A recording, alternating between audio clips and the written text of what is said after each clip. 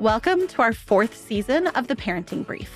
I'm your host, Jessica Stewart-Gonzalez, an Arizona working mom and chief of the Office of Children's Health at the Arizona Department of Health Services. If you have young children, you're in the right place. With every episode, we cover the tools you need to navigate the challenges and joys of parenthood.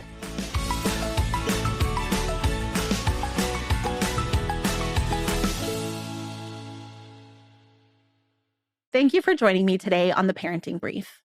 Getting together with friends and family to celebrate special occasions and holidays is such an important part of family life. It's important to keep safety in mind, especially when young kiddos are involved. It's easy to get caught up in the excitement of the moment and forget about things like alcohol and breakable dishes that might be within reach of little hands. That's why we're here today, to help keep kids safe while families celebrate life's important moments.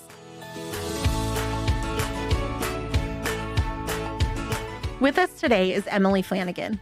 Emily is the Program Strategy Specialist in Children's Health at First Things First. Thank you again for joining us today, Emily. Yes, thank you for having me. I'm happy to be here.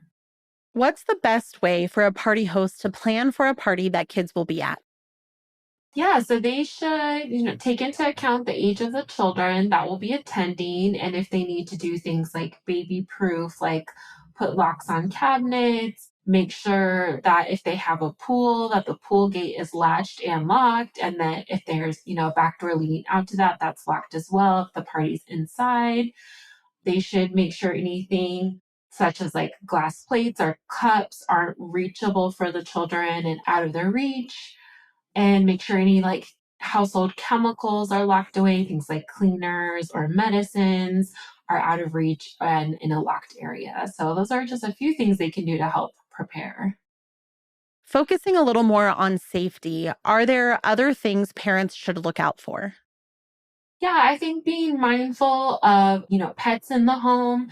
If the person who's hosting the party has a dog or a cat who's maybe not used to being around small children, that could always pose a risk. So, even if someone else could watch that pet, if it could be at a different house during the party or putting the pet in a different room, just so it's not stressed out by all the guests. And then of course children want to, grab animals or pet them.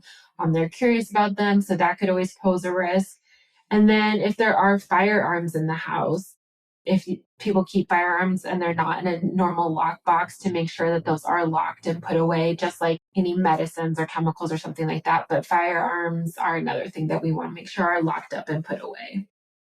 How can we maintain that kid's safety throughout the party? Yeah, so it's a good idea to have maybe one adult at each time during the party who's kind of designated for watching the children, that can kind of observe when these things happen. Like, of course, someone might put down that cup, and so they can step in when they see that child and, take it out of their hands to make sure no injuries happen.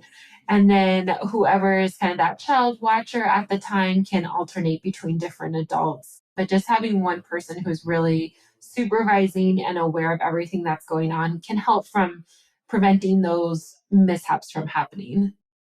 What are some examples of foods that could be a choking hazard for children that might be served at a party? And what about potential allergies? How does one create an allergy-friendly menu? So a lot of the common party foods can, be choking hazards. So things like chips, popcorn, pretzels, a lot of those can present as choking hazards for young children. So definitely thinking through what you want to serve at your party, or if you do want to serve those foods, make sure again they're high up, out of the reach of children. But if you do want to have, things like grapes or hot dogs, make sure they're cut up into very small pieces about the size of the child's pinky finger. So it depends on the size of the child, but they should be cut up very small if you are going to serve those. There are, of course, a wide variety of other foods you could serve that, aren't as prone to be choking hazards.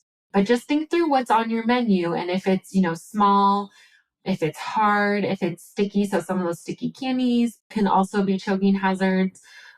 Just thinking through your menu. And then to prepare for allergies, it's always a good idea, not just for children, but for adults, to find out if any of your guests have allergies. So you can make sure that you don't have those around, that you don't serve those. And to minimize any allergic reactions.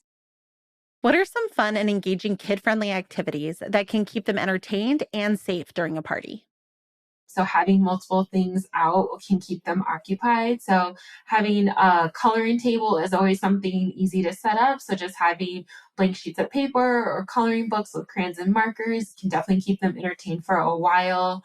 Things like Play-Doh or any kind of sensory play, like sensory bin with like beans and dried beans and rice, something that they can play with and get their hands in. If it's outdoor, having things like balls, frisbees, different things that they can be physically active with. You could set up like a small obstacle course or running races. Also, asking if you yourself are hosting the party, maybe don't have small children, asking parents to bring their child's favorite toys or their favorite games. How important is it to have a sober adult present at a party where there will be kids? And what are some specific responsibilities this person should have? So yes, it's important to have, multiple adults that can help out if they're really young children, like, babies or toddlers, make sure there's one adult for 1 to 2 babies.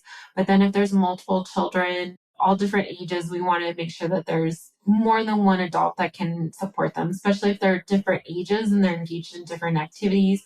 They might be in different parts of the party. So you might want one adult with one set of children and another adult supervising another set of children. And then also to make sure that they could have, relief for the parents. So if one adult is watching the children, they can tag in another adult who can take over watching those children. Sometimes it could be awkward to assign those roles to other parents. Do you have any advice on how to avoid the potential awkwardness of asking parents coming to the party to be that dedicated, sober adult? Yeah, that's a great question. I mean, I think if you approach it that everyone is coming to this party to enjoy themselves, to have fun, including the parents with the children and the children themselves. So asking the parent, to take turns being that responsible child watcher at the time, you can remind them that, hey, you're responsible. Can you watch these children for an hour, and then the next hour you're able to enjoy yourself, and kind of not have that responsibility. And it's not placing shame or saying that someone can't take care of them, but it's relieving them of that responsibility so that they can, not worry about what their children are doing or what they're getting into, or if they're in an unsafe situation, because they can feel comfortable and confident knowing that someone is taking care of them and someone's watching them. And I think sharing that responsibility and spreading that out throughout the adults at the party is a great way to handle that. And of course, making sure that those adults are sober and, they're able to do that as well is a big factor too.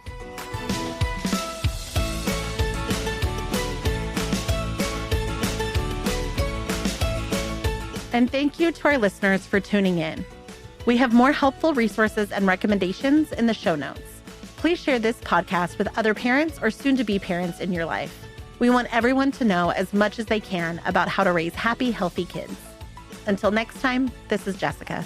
You've got this.